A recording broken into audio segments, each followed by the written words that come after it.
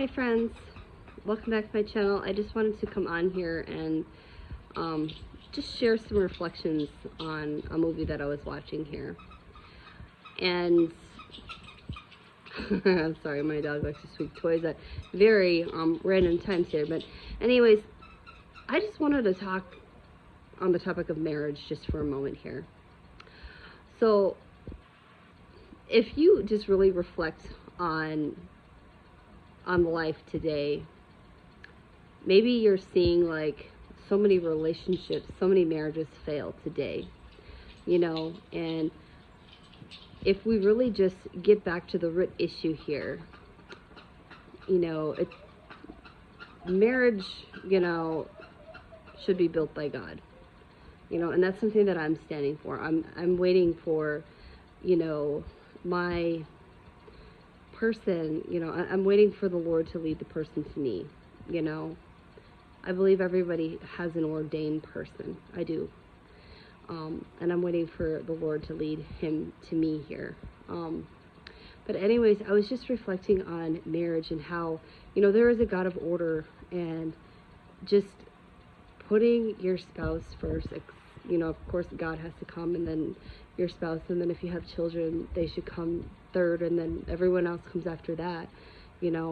If your house is shaky, if your foundation, if the things inside of your home are shaky, you shouldn't be having outside activities. You shouldn't be going and pursuing all of your hobbies and going hanging out with everyone else when your own home is wrecking here, when your own home is getting shaky here.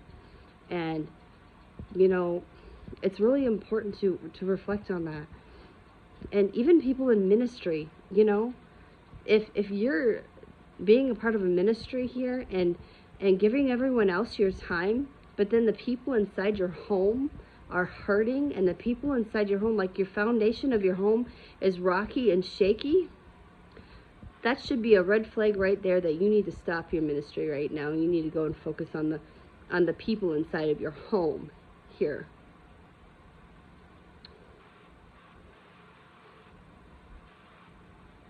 That's really important.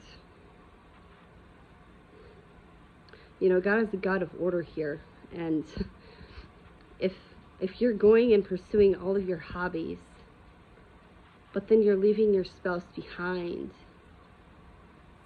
and you're not trying to build a relationship with your spouse, and if you're putting them last, how's that going to work for you? It's not. It's very important to really take consideration that, God is a God of order, and you have to prioritize one another. I do believe God has come first, your spouse, your children, and then everyone else next. So if you are married right now and you are noticing that the things inside of your home are getting rocky and they're getting shaky here, go back to number one, God. In Ecclesiastes 4:12, it talks about, how two can defend each other. Two can defend themselves, but the third cord, or the strand of the third cord, is Jesus. It's not quickly broken. Your marriage, your relationship, it's not going to be quickly broken if you include him in it. And so really just go back to number one here, which is God. But anyways, I was reflecting on this movie that I was watching here, and I just found myself getting angry. It's just like you want to yell at the TV sometimes, because it's like, dummy, why are you treating your person like this? Why are you doing this? Like, why are you treating your person, the person that you're, that you're married to? Why are you treating them like that? I reflect a lot, and I reflect on just my surroundings. Sometimes I take notice. I'm a people noticer. Like, I really notice people, and I notice how people treat one another, and sometimes it's hard to watch, because it's like, how could you treat the person that you love like dirt in front of other people? Like, I'm noticing that sometimes, and it's just like, I don't know, sometimes it's painful Because I'm a very empathetic person here, and it's just like, wow, the person that they're married to, they're treating them so low and so last, you know? So I just think it's very important to, just reflecting on marriage, that when you decide to get married, that you really treat your person like the gift that they are, and vice versa, you know? I really believe that, that God has a match for each and every single one of us. You know, someone who matches your heart. You know, they have a heart like yours. Maybe it's not completely, you don't have to be completely 100% a match. Not everybody's going to be perfect, you know what I mean? But it's your heart that should match. So anyways, just take this seriously, that when you get married, prioritize your spouse. Go on date nights with your person.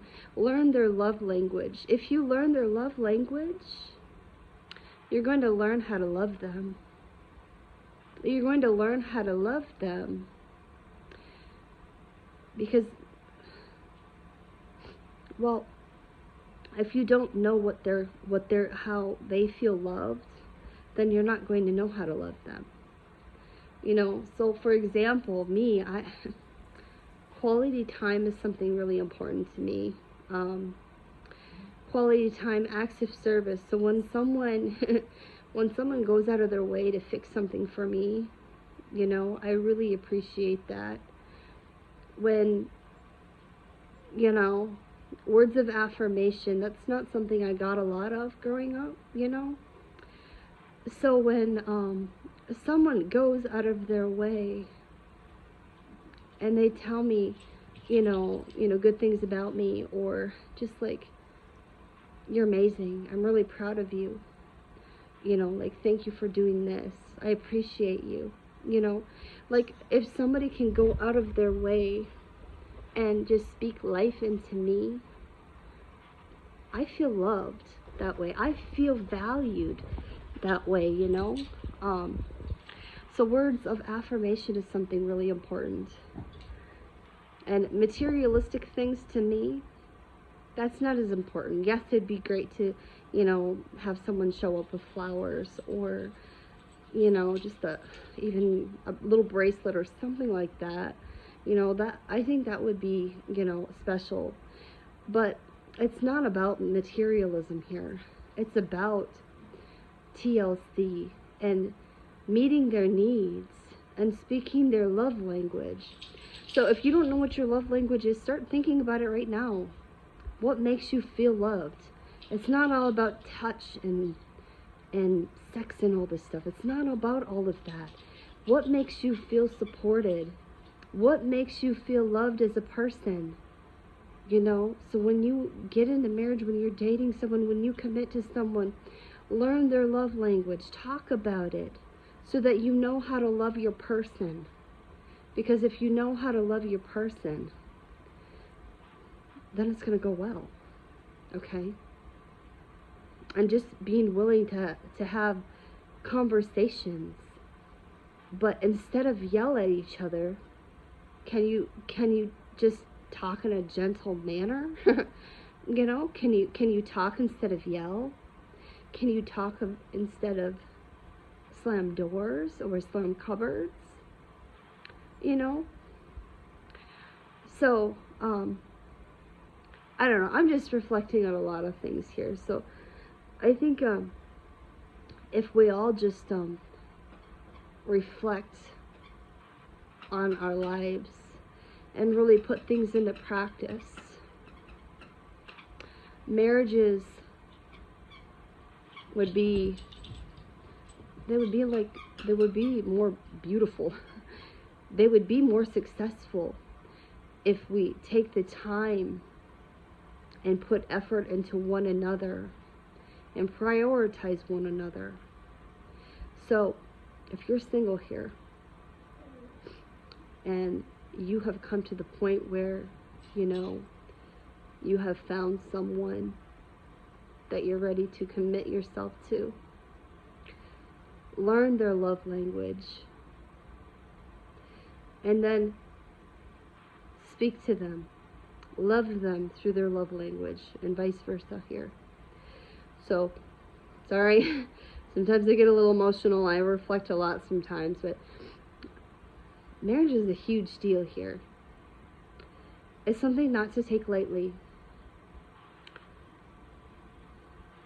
Wait on the Lord for your match, and when He confirms it over and over again, just boldly walk through that door. But then love your person the way they need to be loved. Cherish your person. Treat them like a gift and support them. Alright, I'll see you all next time, friends. If you have any thoughts on this, even your own reflections, looking on the outside of, maybe marriages that you see within your community or within your own family here. What do you want to do differently when you step into marriage? What do you want to do differently in your own marriage right now? Alright, drop it down below. Like and comment below. Subscribe if you feel like you want to connect. I'm just someone who sometimes I see things that are wrong, and I just try to speak truths, not just my truths, but just the truths of God, and just, not only just, from a biblical perspective, but I just want to promote peace and unity within marriages, relationships. I want to promote, loving each other where you're at. I want to promote, talking in a gentle manner. And I want to promote being in a position where you don't have to walk on eggshells with someone. You should never have to do that if you're in the right place. See you next time, friends.